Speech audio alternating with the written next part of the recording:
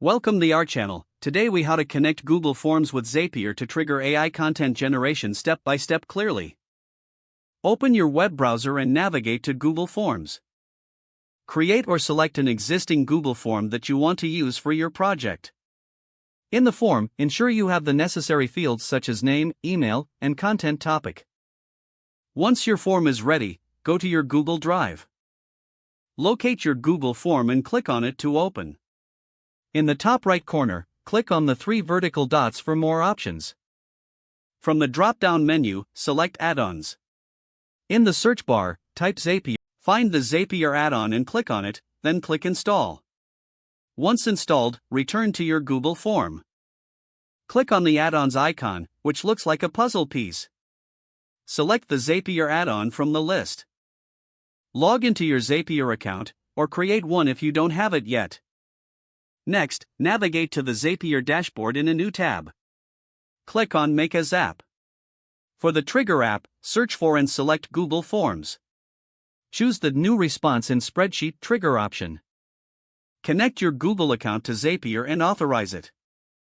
Select the specific Google form you are using.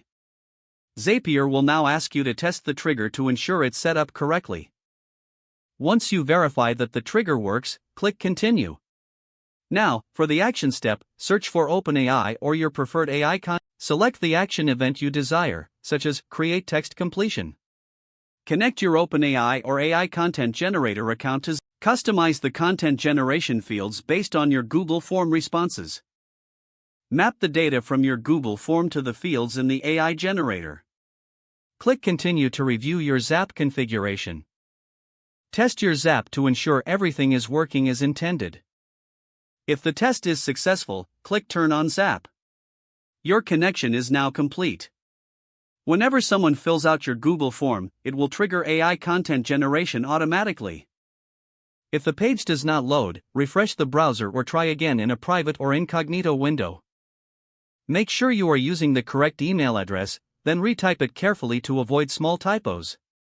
If your password is not accepted, use the Reset option and create a new strong password you can remember.